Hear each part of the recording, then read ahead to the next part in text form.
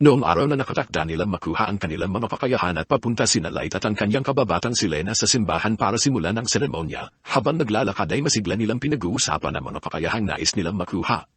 Matagal ng pangarap ni Light na maging isang adventurer kaya't masaya na siya basta't makakuha siya ng kahit anong kakayahang may kinalaman sa pakikipaglaban, samantala si Lena ay hindi ganoon kapinipili kung anong kakayahan ang makukuha niya, basta't makakasama niya lang si Light.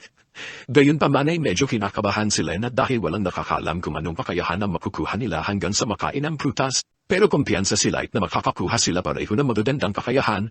Nang pumasok sina Light at Lena sa simbahan noong araw na iyon at ipinaliwanag ng banal na madre kung paano gumagana ang mga prutas ng kasanayan, makakakuha ka ng kakayahan sa oras na kainin nila ang prutas at magagarantiya nito magkakaroon sila ng trabaho sa kahit anong larangan may kaugnayan dito, lahat ito ng walang mabigat na utang. Sa eskwela ay pinayagan silang pumili ng kahit isa sa mga prutas upang makuha ang kanilang kakayahan ngunit may isang patakaran na kailangang sundin sa lahat ng pagkakataon, isa lamang ang prutas ng kasanayan na maaari mong kainin sa buong buhay nila at dahil kung susubukan nilang kumain ng pangalawang prutas, ito'y magdudulot ng lason. Maraming tao na namatay dahil sinubukan nilang kumain ng pangalawang prutas matapos hindi magustuhan ang kanilang nakuha na kakayahan, kaya't gusto ng banal na tagapagsalita na maging malinaw na ang pagkain ng higit sa isang prutas ay may 100% na tsansa ng pagkamatay. Nagulat siya nang marinig niya kung gaano kadelikado ang mga prutas ngunit hiniyak na banal na tagapagsalita na basta't hindi siya kakain ng pangalawa at magiging ligtas siya, matapos ang babala ay sinabihan sila ng banal na tagapagsalita na pumili na ng kanilang prutas. Naunang lumapit siya ay kumuha siya ng kagat mula sa isa sa mga prutas at agad niyang naramdaman ang pagbabago sa kanyang katawan, isang nakakasilaw na liwanag ang lumitaw at biglang huminit ang katawan ni Lena, napagtanto ng banal na tagapagsalita na ito ang maalamat na sword saint skill na isang napakabihirang kakayahan na hindi niya inasahang makikita sa personal.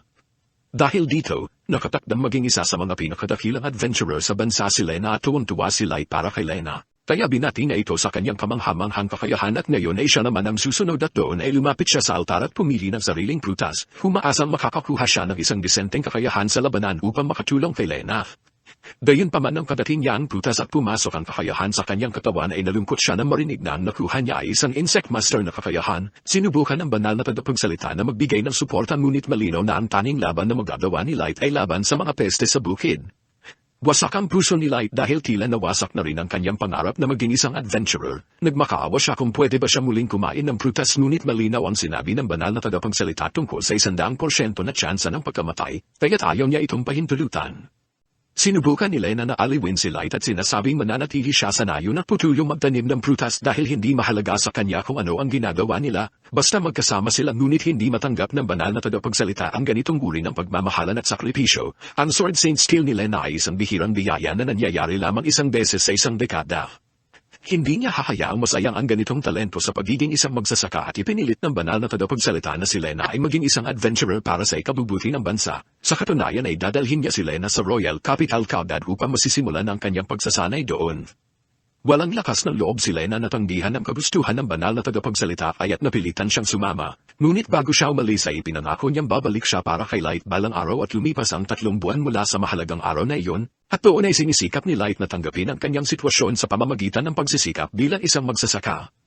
Ginagamit niya ang kanyang kakayahan upang mapalaki at mapaganda ang mga mani at kapag nahinog na mga ito ay ibinebenta niya mga ito sa bayan. Hindi naman ganon kasama ang kanyang buhay basta iniiwasan niyang isipin ang mga negatibong bagay.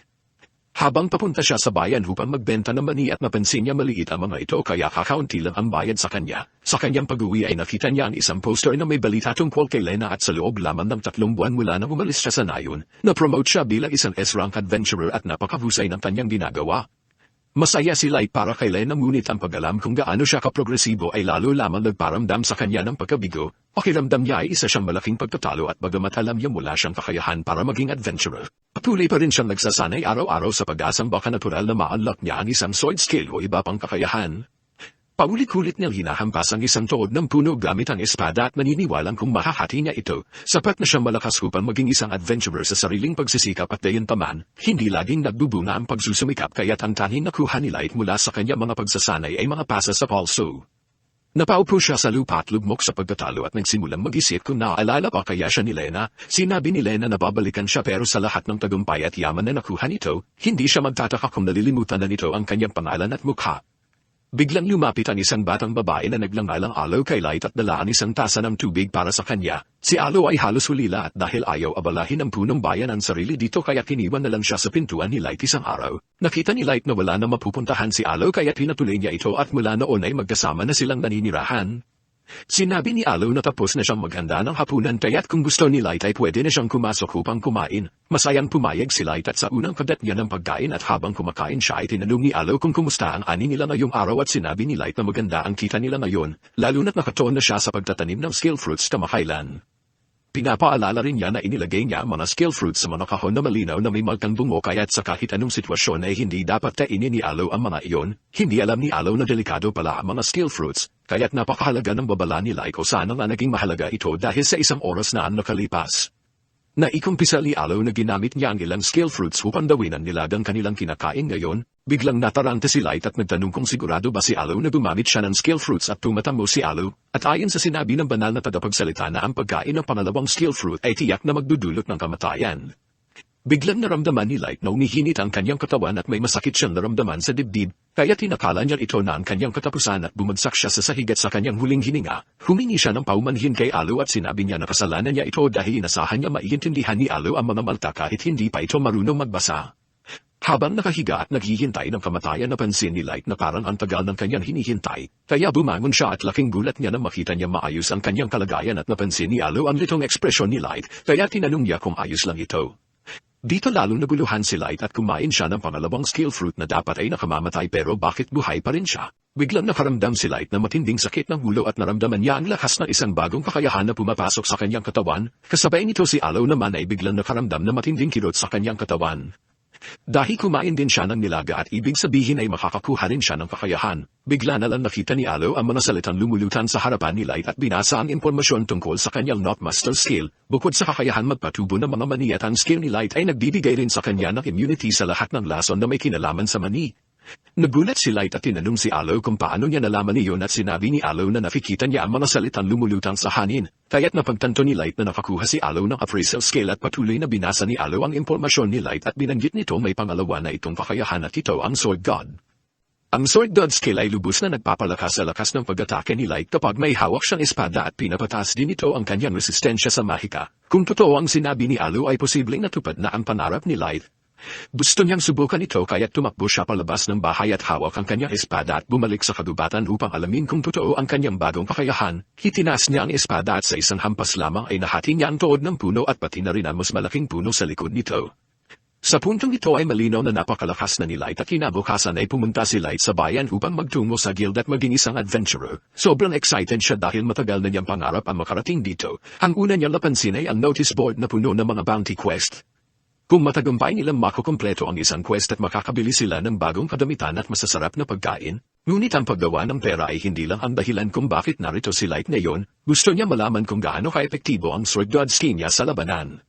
Kung maganda ang resulta ay maaaring maging opisyal na adventurer na siya. Sinabihan ni Light si Aya na maupo muna sa isang upuan at maghintay habang kumukuha siya ng quest sa front desk. Habang wala si Light, dinamit ni Aya ang kanyang appraisal scale upang suriin ang lahat ng tao sa loob ng guild.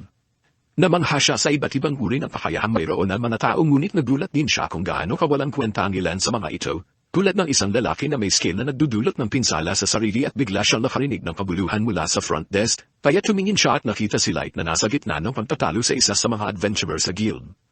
Nakilala ng lalaki si Light bilang ang lalaking laging nagbebenta ng mani sa merkado at tinawag niya mahina si Light at sinabing wala itong karapatan sa guild. Pero hindi pinansin ni Light ang panlalait nito at sinabi lang kay Aya na pwede na silang humalis. Nainsulto ang lalaki dahil hindi siya pinansin ni Light kaya't ang normal na reaksyon niya ay subukang atakihin si Light gamit ang kanyang espada.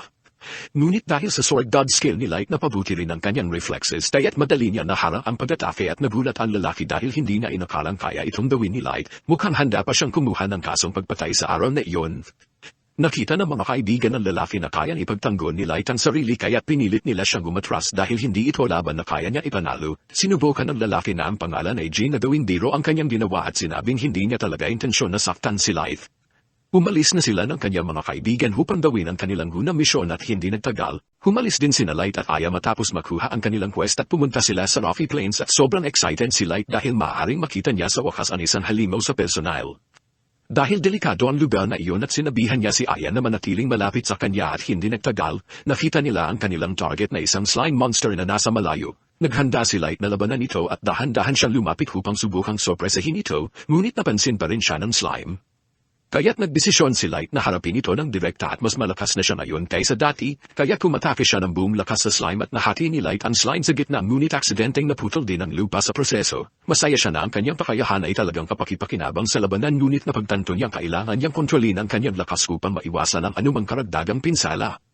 Pinuri ni Aya si Light sa kanyang unang matagumpay na quest kaso upang makumpleto ang misyon, kailangan nilang hatiin ang slime at dalhin ang mga bahagi nito pabalik sa guild upang ipagpalit sa pera at sinabi ni Aya na medyo masama ang pakiramdam niya tungkol sa paghiwa sa katawan ng slime, ngunit pinaalala ni Light sa kanya na makakabili sila ng pizza kung maibibenta nila ang mga bahagi nito. Sa puntong iyon ay sinantabi na ni Aya ang kanyang konsensya at nang simulang i-dissect ang slime, biglang narinig nila ang sigaw ng isang tao mula sa kabilang bahagi ng kapatagan at tumakbo sila papunta roon at nakita si Jean at ang kanyang grupo na inaatake ng isang napakalaking uber. Pinili nila ang isang madaling misyon upang pumatay lamang ng slime at umuwi agad, ngunit hindi nila inasahan makatagpo ng isang uber. Nang umatake ang uber ay nagtalunan sila upang humiwas kaso kahit na naiwasan nila ang unang atake, wala silang laban-laban sa halimaw na iyon at tinawag sila ni Light at tinanong kung ayos lang sila at nang makita siya ni Jean, agad siyang nakaisip ng plano upang makatakas. Tumakbo si Jean at ang kanyang mga kaibigan diretso kay Light at medyo nalito si Light sa ginagawa nila. Pagdaan nila sa kanya ay napagtanto niyang ginagamit siya bilang bitag upang makalayo sila at ngayon, ang uber ay nakatuon na kay Light kaya't wala siyang ibang magawa kundi harapin ito. Ngunit para labanan ang uber at doon ay napagtanto ni Light na magandang pagkakataon ito upang subukan ang limitasyon ng kanyang bagong kakayahan. Nang iwas-iwas ng uber ang mace nito sa kanya at mabilis na tumalon si Light sa gilid upang umiwas ngunit mapanganib ang laro niya, kaya pinaalalahanan siya ni Alu na ang Sword God King niya ay hindi nagpapataas ng depensa. Ibig sabihin kung matamaan siya kahit isang beses at maaaring ikakamatay niya iyon, sa kabila ng banta ng kamatayan ay tumanggi pa rin si Light na umatras at determinado siyang maging pinakadakilang adventurer sa mundo, at upang makamit ang layuning iyon kailangan niya malalampasan ang hamon na ito. Sanay na siya sa bagong lakas ng kanyang katawan kaya tumalon siya sa ere at habang sinusubukan na tamaan siya ng uber, hinati niya ang mace nito sa dalawa gamit ang kanyang espada at anuman ang mangyari, sisiguraduhin niya makahabol siya kay Lena upang muling magsama sila. Sa isang mabilis na galaw ay ibinaba niya ang kanyang espada at pinutol ang uber sa gitna at ang lahat ng ito ay nasaksihan ni Jean at ng kanyang mga kaibigan mula sa isang burol. Ilang sandalian lumipas ay bumalik si Light sa guild upang ipagpalit ang kanyang mga nakuha sa pera. Hindi makapaniwala ang receptionist na nagawa niyang talunin ang isang Uber na mag-isa. Bilang patunay ay ipinakita ni Light ang sunay ng Uber na dinala niya at bukod pa roon, sinabi ng mga kaibigan ni Jean na nakita nila ang lahat at sinigurado nilang nagsasabi ng totoo si Light.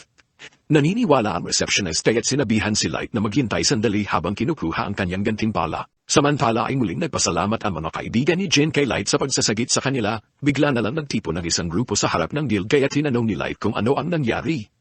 Ipinaalam sa kanya ni Jane na bumalik na ang S-Rank Party at ito ang parehong S-Rank Party na sinasalihan ni Lena, at ito ang unang pagkakataon na nakita niya ito sa loob ng 3 buwan at lumapit si Light kay Lena upang bumati. Ngunit ang tubo ni Lena ay hindi ko kailanman nakilala ang lalaking ito sa buong buhay ko. Si Light ay lubos na nasaktan at hindi makapaniwala na nakalimutan siya ni Lena matapos lamang ang 3 buwan. Nakatingin lang siya ng walang tibo at nakabukas ang bibig at walang ideya si Aya kung anong problema, kaya sinubukan niyang pasayahin si Light at nagbungkahi na kumain sila ng pizza. Gumastos na malaking pera si Light para sa pizza kaya't kahit na malungkot siya tungkol kay Lena, hindi niya hahayaang masasayang ito. Gayunpaman ay sobrang bilis niyang kumain kaya siya ay nabulunan at sa kabutihang palad ay may nagabot sa kanya ng baso ng tubig para maibsan ang kanyang pagkabulunan. Tumangala siya upang pasalamatan ang taong tumulong ngunit laking gulat niya na makita na si Lena pala ang tumulong sa kanya.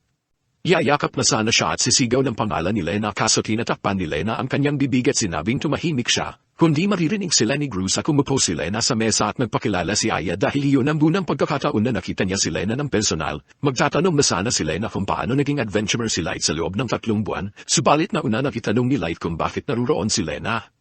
Sa totoo lang ay nagtaka rin si Lena kung bakit naroon si Light dahil hindi niya inaasahang makita ito sa guild. Proud na ikinwento ni Light na siya at si Aya ay naging adventurers at ipinaliwanag din niya ang nangyari sa insidente ng skill fruit na nagbigay daan sa kanya na magkaroon ng pangalawang kasanayan.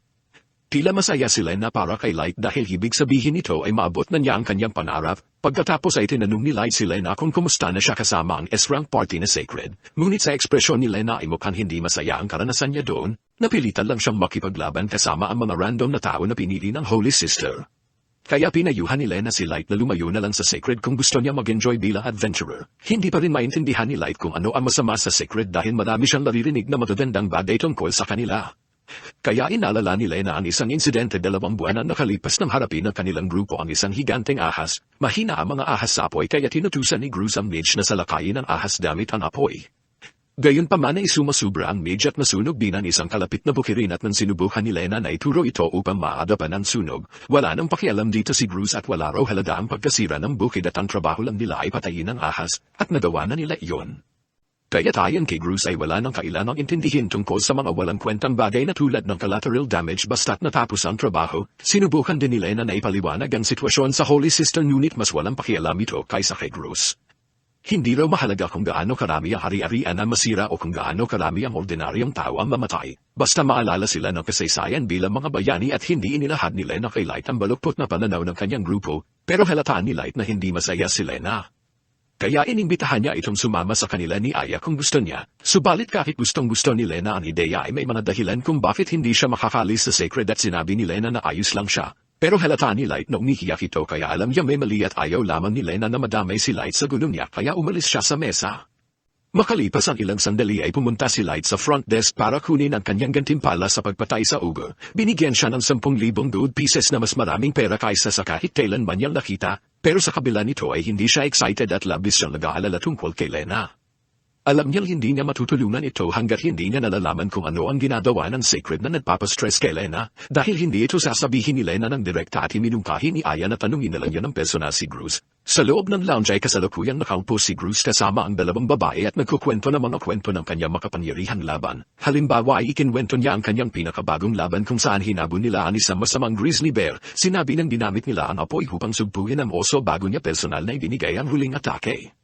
Biglang pumasok ang receptionist dahil may kailangan itong talakayin kay Gruz tungkol sa kanyang kamakailang misyon. Ang mga tao mula sa nayon kung saan nila natagpuan ang masamang grizzly ay nagsampa ng reklamo laban sa kanya at ayon sa kanila, ang dinamit na fire attack ng Sacred ay naging sanhi ng pagkaubos ng tubig sa kanilang reservoir kaya't ngayon, wala na silang mapagkukunan ng tubig. Agad na binaliwala ni Gruz ang reklamo at gumawa ng palusot at sinasabing ang kaunting collateral damage ay hindi maihiwasan kapag nakikitungo sa napakalakas na halimaw, pero sa totoo lang ay lihim siyang nasisiyahan sa paglikha ng problema para sa makikina dahil iniisip niya mas mababa sila sa kanya. Narinig ni Light ang buong usapan at labis siyang nagalit sa narinig niya dahil alam niyang hindi kailanman isasawalang bahala ni Lena ang mga problema ng mga karaniwang tao. Humarap si Light kay Gruz at iginiit na palayain si Lena mula sa Sacred dahil malinaw na nagdurusa na ito. Ngunit hindi siya sineryoso ni Gruz at tumawag ng seguridad upang paalisin si Light mula sa lounge at agad na lumapit si Aya kay Light upang tanungin kung ayos lang siya. Sinabi ni Light na maayos siya ngunit binalaan siya ng ibang mga adventurer na masamang ideya ang gagalitin si Gruz. Kahit na bastos ito ang pagpapagalit sa kanya ay maaaring magdala ng galit ng Holy Sister at kapag kinamuhian ka ng Holy Sister, tapos na ang karera mo bilang adventurer at kinabukasan. Nagtipon ang lahat ng miyembro ng Sacred sa lounge at abala sila sa pagbubuhat ng kanilang sariling bangko. Subalit hinihisip ni Lena ang sinabi ni Light tungkol sa pag-alis sa Sacred kung labis na siyang naapektuhan nito. Sa wakas ay nagkaroon siya ng lakas ng loob na ideklara sa lahat na gusto niyang sundin ang kanyang moral na prinsipyo bilang adventurer, kaya sinabi na aalis siya sa Sacred na epektibo agad. Nagsimula na siyang maglakad papunta sa pinto kaso bago pa siya makalabas ay biglang hinaharangan siya ni Gruz. Binalaan niya si Lena na papatayin siya dahil sa panahas niyang pagsusuway at hinawakan ni Lena ang hawakan ng kanyang espada upang ipagtanggol ang sarili. Ngunit naisip niyang kahit pa mayroon siyang sword saint skill at imposible pa ring talunin si Gruz sa isang labanan isa sa isa. Napilitan siyang sumuko at binitiwan ang hawak sa kanyang espada at sinampal siya ni Gruz dahilan upang bumagsak siya sa sahig. Pagkatapos ay nagsimula si Gruz sa isang mababaw na talumpati tungkol sa kung paano niya dapat tiisin ang lahat ng ito alang-alang sa mga tao na maliligtas ng kanilang grupo sa hinaharap. Sinabi ni Gruz kay Lena na kailangan niya magpatuloy sa pagtitiis hanggang sa araw na mamatay siya sa labanan at sa parehong araw. Nakatakdang humalis ang grupo ng Sacred sa bayan at tuluyan ng tinanggap ni Lena ang kanyang kapalaran na mapilitang magtrabaho sa ilalim ni Gruz. Gayunpaman habang paalis sila ng bayan ay hinaharangan ni Light ang kanilang dahan.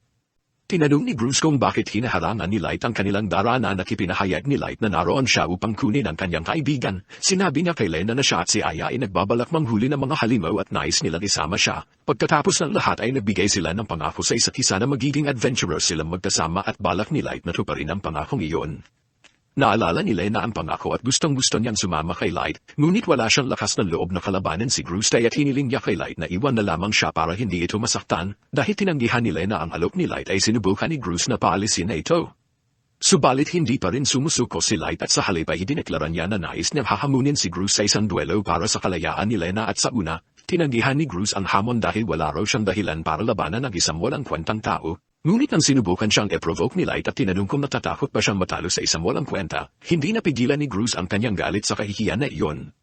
Sa huli ay pumayag siyang makipagduelo kay Light at balak niyang gawing halimbawa si Light sa iba, gayunpaman ay naglagay si Bruce ng kondisyon na kapag natalo si Light ay ipagbabawal siyang bumalik sa Adventurers Guild magpakailanman at hindi na siya makakabalik sa lungsod. Pumayag si Light sa mga kondisyong iyon kaso sinubukan ni Lena na kumbinsihin siyang umatras dahil naniniwala siyang walang laban si Light kay Bruce sa isang sword fight. Hinugot ni Bruce ang kanyang espada at naghanda ng atake subalit bago niya ito gawin ay sinuri siya ni Aya gamit ang kanyang kakayahan. Binalaan niya si Light na si Bruce ay may taglay na Godspeed scale at isang kakayahan na nagpapahintulot sa kanya na mabilis na mapalapit sa kalaban halos agad-agad. Sinabi niya kay Light na kailangan niya mag-ingat dito. Inihanda ni Light ang kanyang espada at upang gawing patas ang laban ay sinabi niya na ang kanyang mga kakayahan ay not master at sword god, ngunit hindi naniwala si Bruce dahil imposible raw na may isang tao na may dalawang kakayahan at sa isang iglap, dinamit ni Bruce ang Godspeed upang agad nalapitan si Light at kumatake.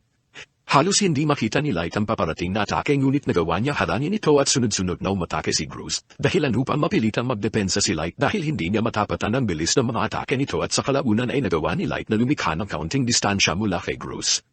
Pero sandali lang ang distansya iyon dahil biglang lumitaw si Bruce sa likod ni Light at tinuhan siya sa tagiliran, kahit saan sa battlefield hanggat nasa saklaw ng kanyang kakayahan na kaya lumitaw ni Bruce doon sa isang iglap. Ibig sabihin ay wala nang ligtas na lugar para kay Light at hinamin ni Light na sobrang lakas ni Bruce ngunit tumanggi siyang sumuko. Sumugod siya upang umatake pero sa kasamaang palad ay naiwasan ni Bruce ang kanyang atake bago ito tumama. Habang wala sa balanse si Light ay winasak ni Bruce ang kanyang espada at sa pagkasira ng espada ni Light, halos tapos na ang laban pero dahil mapagbigay si Bruce sa araw na iyon ay inalok niya si Lena ng isang kondisyon. Patatawarin niya si Light kung ipapangako ni Lena ang kanyang walang hanggang katapatan sa kanya habang buhay. Ngunit sinabi ni Light kay Lena na hindi niya kailangang mag-alala at dahil makakahanap siya ng paraan upang manalo sa laban, kahit na natatalo si Light sa ngayon ay nagpasya si Lena na magtiwala sa kanya at naniniwalang kaya niya manalo sa laban na ito anuman ang mangyari. Naiirita na si Bruce sa kanilang pagiging walang galang kaya't plano niyang patayin si Light sa susunod niya atake. Wala pa ring espada si Light kaya tumingin siya sa paligid upang maghanap ng pamalit. Nakakita siya ng walis sa isa sa mga nanunood at nagpas siyang hiramin ito at naisip ni Bruce na minamalikit siya ni Light at sa isang banda ay tama siya, dahil pwede namang hiramin ni Light ang espada ni Lena. Gayunpaman ay may buong kumpiyansa si Light na kaya niyang talunin si Bruce gamit ang walis na iyon. Hinisip niya ang walis bilang espada at maghanda para sa mga atake ni Bruce at dati ay natatalo si Light dahil masyado siyang nakatingin sa mga dilaw ni Bruce, ngunit ang sword god skin niya ay nagbibigay sa kanya ng kamanghamanghang reflexes. Sa pagkakataong ito ay nagdesisyon siyang hayaan ang kanyang katawan na kumilos ng kusa at umatake sa tamang sandali, salamat sa pagbabago ng kanyang estratehiya at agad na nakarespond ang katawan ni Light na makapasok si Bruce sa kanyang saklaw. Ginamit niya ang walis para hampasin si Bruce sa mukha ng sobrang lakas na dahilan upang maitulak ito papunta sa isang pader na dawa sa ladrillo. Si Bruce ay napalipad at sumubsob sa malamig na sahig at opisyal ng si Light ang nanalo sa kanilang duelo. Upang gawing malinaw ang punto ay humarap si Light sa iba pang miyembro ng Sacred at sinabi sa kanila na kung susubukan nilang guguluhin si Lena muli ay kakaharapin nila siya. Pagkatapos ay humarap siya kay Lena at sinabi na malaya ka na. Muli niya inimbitahan si Lena na sumama sa kanyang grupo at masaya itong tinanggap ni Lena at isang linggo na ang lumipas mula sa duelo ni Light kay Bruce, ay hindi gaanong nagbago ang mga bagay at patuloy pa rin niyang pinalago ang kanyang mga kasanayan, ngunit ngayon ay kasama na niya si Lena kaya mas masaya siya. Si Lena naman ay naghanda ng tanghalian para sa lahat at habang kumakain ay tinanong ni Lena si Light tungkol sa mga sugat na natamo nito habang nakikipaglaban kay Bruce. Sinabi ni Light na magaling na siya at handa nang sumama kay Lena sa isang misyon, para sa kanya ay tila ito ang katuparan ng kanyang pangarap. Ngunit may isa pang problema ay paminsan-minsan ay dumadalaw kay Lena ang isang kinatawan na ipinadala ng Holy Sister. Sa nakaraang linggo ay sinusubukan ng kinatawang ito na kumbinsihin si Lena na makipagkita sa Holy Sister upang talakayin ang kanyang desisyon na iwan ang Sacred. Ngunit sinabi ni Lena na wala nang kailangang pag-usapan dahil walang makakapagpabago ng kanyang desisyon. Sa kasamaang palad dahil kinasasamaan nila ng loob ang Holy Sister at sila ngayon ay target ng kanyang galit, dahil dito kapag pumunta sila sa guild upang pumili ng misyon na tamang ay binibigay sa kanila ay puro mahihirap at hindi kanais-nais na trabaho, tulad ng pagpatay ng mga daga sa imbonal. Mababa ang bayad sa mga trabahong ito kaya't magiging mahirap ang kanilang kalagayan pinansyal, ngunit hindi mukhang malungkot si Lena dahil nakakatulong siya sa mga tao sa tunay na paraan na tulad ng pagtulong sa pagbuo ng mga nasirang bahay, paglilinis ng mga imbonal o paghahanap ng nawawalang pusa. Sa pagtatapos ng araw ay kumita lamang sila ng 100 coins na halos sapat lamang para sa 3 pizza. Kahit mababa ang bayad ay mas masaya si Lena ngayon dahil napasaya niya ang mga tao, si Light naman ay nag-e-enjoy ng higit pa kaysa dati. Samantala sa katedral ng Holy Sister at sinabi niya sa kanyang assistant na balak niyang bigyan ng isang tunay na trabaho ang bagong grupo ni Lena. Ngunit ang trabaho nito ay isang S-rank mission na isa sa mga pinakamahirap na misyon na maaaring gawin at maaaring lihin niyang inaasam na mapahamak si Light sa proseso. Kinabukasan sinabi ni Lena sa dalawa na may trabaho silang natanggap na para talaga sa kanila. Naghanda ang tatlo para umalis at si Aya ang nagasikaso ng mga pagkain at matapos niya maging pake ay tinanong niya ang sarili kung magiging kapakipakinabang ba ang mga prutas na dala niya habang nakatingin sa kahon na puno ng mga scale fruits. Habang nasa kalagitnaan ng kanilang paglalakbay ay unti-unting lumalapot ang hamog sa kanilang daranan na dahilan para halos hindi na sila makakita. Ipinakita ni Lena ang mapa sa kanila at sinabing dapat malapit na sila sa malaking kastilyo na kanilang pupuntahan. Nahanap nila ito pagkatapos magmasid na mas maigi. 3 oras bago ito ay dumating sila sa guild reception para kumpirmahin sa receptionist na tatanggapin nila ang trabaho. Sinabi nito na limitado ang oras nila para sa trabaho at nilinaw na wala silang alam tungkol sa nilalang na kailangang hulihin na hindi pa nga nila sigurado kung isang halimaw na ito. 2 buwan na ang nakalipas na ipadala ang isang adventuring party sa North Month Valley region para magsagawa ng survey tungkol sa densidad ng mga halimaw. Ngunit hindi na sila nakabalik at ang mga adventurer na ipinadala para hanapin sila ay nawawala rin isa-isa at hanggang ngayon, 18 adventurers na mula sa ranggong A hanggang D ang nawawala. Nang suriin ni Lena ang listahan ng mga nawawala ay nakilala niya ang ilan sa kanila dahil sila ang nagturo sa kanya ng maraming bagay noong baguhan pa siya. Sinabi ng receptionist na ang tanging alam nila ay lahat ng nawawala ay nagtungo sa mansyon ng dating Conde ng Montes, isang manor na itinayo 30 taon na nakalilipas na isang mayamang adventurer. Walang nakakalam kung anong kakayahan ang taglay ng Conde dahil sa matagal na itong patay at ang manor ay lubos na napapabayaan. Para matapos ang misyon ay kailangan nilang hanapin ang mga nawawalang adventurer at alamin ang dahilan ng kanilang pagkawala. Bagamat maraming high-rank ang parties na nawala at ang mga leader ng gildan nagdalaga ng rank para sa quest at wala silang magagawa tungkol dito. Pakiramdam ni Lena ay may kakaiba sa trabaho nito at sinabi niya kay Light na baka masyadong delikado ito, ngunit makikita sa mukha ni Light ang pananabik dahil gusto niyang sumama at tinanong ng receptionist kung sasama ang batang babae at ipinaliwanag ni Light na taglay nito ang appraisal skill at mapagkakatiwalaan ang kanyang kakayahan. Dahil sa reaksyon ng receptionist at nilinaw ni Light na aksidente niyang nakain ang isang skill fruit, balik sa kasalukuyan ay napatuloy ang tatlo sa kanilang paglalakbay at ang tatlo ay dumaan sa isang mapanganib na daanan sa Rocky Mountains upang makarating sa manor. Gayunpaman sa sandaling nawalan ng poko si Aya at ang gilid ng bangin na kinatatayuan niya ay biglang bumigay. Dahil dito ay nahulog siya sa bangin pero nagawang saluhin ni Light at Lena at nailigtas silang tatlo nang gamitin ni Light ang kanyang kakayahan para maiwasan ang pagbagsak at ligtas silang nakarating sa lupa. Bagamat nakaramdam ng ginhawa, agad na nag-ingat ang dalawang babae na mapansin nila ang panganib sa paligid. Sa loob lamang ng ilang segundo ay napapalibutan na sila ng mga halimaw at madaling natalo ni Light ang isa sa mga ito. Pero nang tingnan niya na mabuti napansin niya mga adventurer ang mga ito, ipinaliwanag ni Aya na sila ay mga undead na mga taong naging halimaw. Kapag ginagat nila ang isang buhay na tao ay nagkakaroon ng panibagong undead kaya't kailangan nilang maging mainat. Hindi lang iyon taglay rin ng mga undead ang kanilang mga kakayahan bilang dating adventurer. Kinumpilma ni Lena at sa tulong ni Aya na sila nga ang mga nawawalang adventurer na hinahanap nila. Bagamat hindi komportable si Light nagalinlangan siyang saktan ng mga kapwa-adventurer kaya't hindi siya nakapag-react agad nang atakehin siya ng isa. Nailigtas siya ni Lena na walang pag-alinlangan at sinabi sa kanya na naunawaan niya ang kanyang pag-alangan. Pero hindi nila maaaring iwan ang mga ito sa denong kalagayan na kailangan nilang kumilos. Sinabi rin ni Lena na kailangan nilang pumasok sa manor dahil posible pa rin may mga nakaligtas. Ngunit sa pagpasok nila ay mas malaking grupo ng undead adventurers ang kanilang natagpuan. Habang nakikipaglaban si Lena ay napansin ni Light kung paano mabilis na nagbabago ang estilo ng kanyang mga atake depende sa uri ng kalaban. Ang puso ang kahinaan ng mga undead na mukha pa ring tao at habang ang mga nabubulok na kalansay ay kailangang mataga. Parehong mataas na antas ang Sword Saint at Sword God na kakayahan pero bagamat mas malakas ng kaunti ang Sword God, hindi pa ito lubos na naisa sa puso ni Light. Dahil dito ay ilang hakbang pa rin ang laman ni Lena sa kanya at gayunpaman ay hindi ibig sabihin ito na maaari siyang magpahinga. Nagsimula na rin siyang lumaban sa mga undead na sa isang sandali ay may undead na nagtangkang humatate kay Aya mula sa likod. Ngunit nang sundin niya ang tagubilin ni Lena na yumukod at mabilis niyang nabot ang kalaban at napatay ito gamit ang isang saksak, napantanto ni Light na ginagawa nila ito upang protektahan si Aya kaya't kahit isang saglit ng kahinaan ay maaaring maging delikado. Bago sila umakyat sa ikalawang palapag ay binanggit ni Light na may 18 na nawawalang adventurer, pero nakakita na sila na mas marami pa undead kaysa doon na hindi niya maunawaan kung ano ang nangyayari. Sinabi ni Lena na posibleng may iba undead na dati na naroon at sumama lamang pero kakaiba pa rin ang sitwasyon. Habang paakyat ay napansin ni Light ang isang malaking portrait na nagbigay ito sa kanya ng ideya kung sino ang Conde na Montes, samantala isang misteryosong babae ang pinagmamasdan sila mula sa malayo. Malinaw niyang alam ang tungkol sa kanya mga bagong bisita at hinikayat silang magpatuloy. Ayon sa kanya ay hindi pa maaaring magsimula ang lahat hanggat hindi dumarating ang espesyal na panauhin at ito ang Fruitmaster na si Light. Habang naglalakad ang grupo sa isang malaking pasilyo ay iniisip na ni Draw kung anong uri ng rondo ang nais niyang gamitin upang tapusin ang buhay ni Light. Biglang may tumalo na undead mula sa kanilang blind spot ngunit mabilis itong natalo ni Light dahil sa kanyang mahusay na reflexes. Sa ilang segundo lamang ay napapalibutan na sila ng mga halimaw. Tumayo sina Light at Lena na magkasandal para matapa ng anumang blind spot. Napansin ni Light na mga halimaw sa palapag na ito ay kumikilos na mas kakaiba na mas matalino at mas organisado. Agad niyang binalaan si Lena na mag-ingat at ginamit naman ni Aya ang kanyang appraisal skill at nalaman niya ang mga undead ay na-tame. Ibig sabihin ay mayroong may control sa kanila at doon napansin ni Light ang mga hibla ng sinulid na patungo sa dulo ng pasilyo. Ipinaliwanag ni Aya na ang mga hibla na iyon ang ginagamit upang magpadala ng magic power, kaya't ang kanilang masamang amo ay maaaring nasa dulo nito.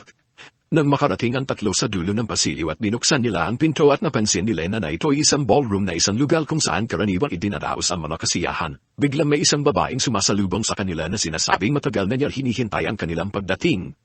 Naisip na niya raw na mamamatay na siya sa paghihintay at lumapit siya upang ipakilala ang sarili bilang isa sa One Wing of Black Swan, ang elite forces ng darkness na si Drala at tinawag niya si Light gamit ang kanyang buong pangalan. Ngunit si Light ay masaya lang na makahanap ng isa pang buhay na tao.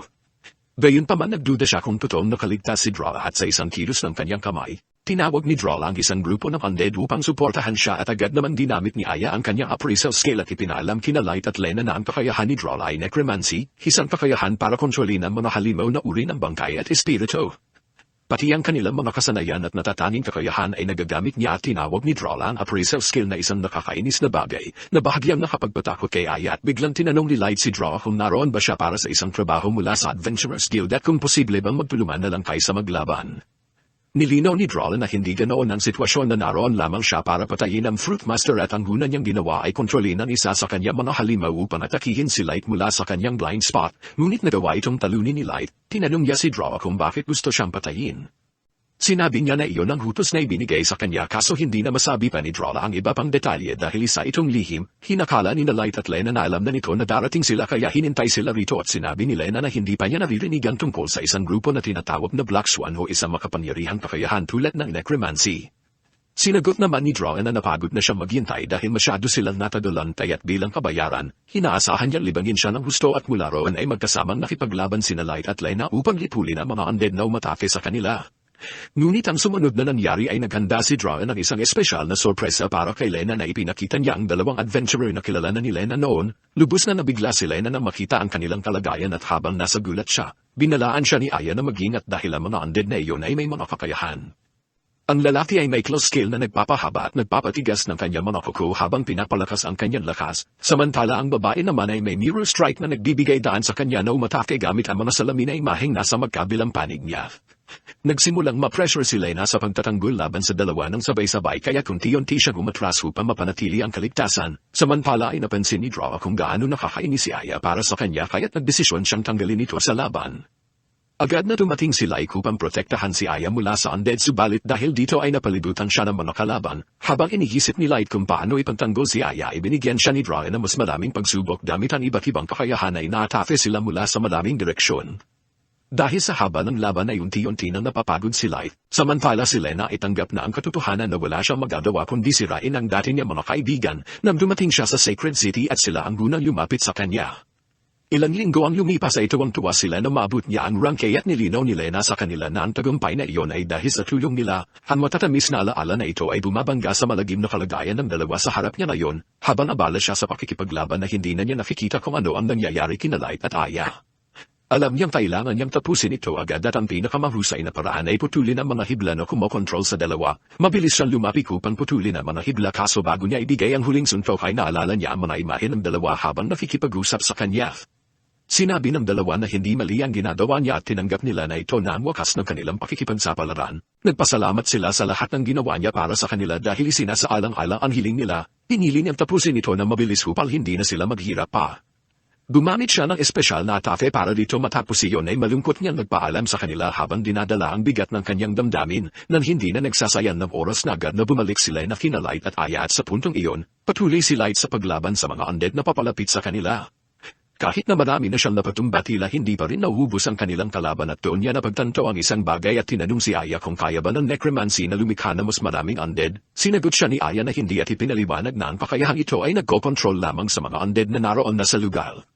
Napagdalaman niya ito matapos gamitin ang appraisal skill kay Drala at sa muli, na marinig ito ay napaisip si Light kung saan nanggaling ang napakaraming undead. Matagal na abandonado ang manor na ito at hindi katulad ng isang sementeryo o battlefield, wala dapat masyadong patay dito sa simula pa lang. Dahil dito ay nagdesisyon si Aya na gamitin ang kanyang kakayahan upang masuri ang lugar at alamin ang katotohanan. Sinabi naman ni Draw na mas matalino sila kaysa sa inaakala niya at gusto niya ang matatalinong tao, ngunit bago pa ito maging mas mahirap para sa kanya at nagdesisyon siyang alisin ang gumagamit ng appraisal skill. Bigla niyang tinontrol ang isang undead upang umatake kay Aya mula sa likuran ngunit mabilis na kumilos si Light at nailigtas ito. Muli siyang nag-isip ng paraan dahil alam niyang kung magpapatuloy sila sa ganitong sitwasyon, tuluyan silang mabubos. Nagbiro si Dra tungkol sa kanyang mabibigat na hakbang at tinawanan ang kanyang kalagayan. Na magreklamo sila tungkol sa pag-atake sa isang bata ay nilinaw ni Dra na walang etikete sa banquet na ito at sa kabila ng lahat, nanatiling nasa depensa si Light upang maiwasang mapagod pa ng husto. Para masigurong ligtas si Aya ay pinakapit na ito sa kanyang likod at ipinakita ang kanyang determinasyon na ipagtanggol siya sa ganitong paraan. Ngumiti si Dra habang pinapanood ito at inisip na nakakatuwa ang ginagawa ni Light habang pinapanatili niyang napapalibutan sila ng undead. Samantala sa ibang eksena ay makikita ang isang banal na kapatid na babae na tila nasisiyahan habang pinagmamasdan ng isang mahiwagang salamin. Sa salamin ay makikita unti-unting nagaganap ang isang lunar eclipse. Tinanong siya ng kanyang tagapaglingkod kung ano ang nakita niya. Sinabi niya may anino na lumalamon sa buwan na isang bagay na kahit ang a priori ay walang laban dito.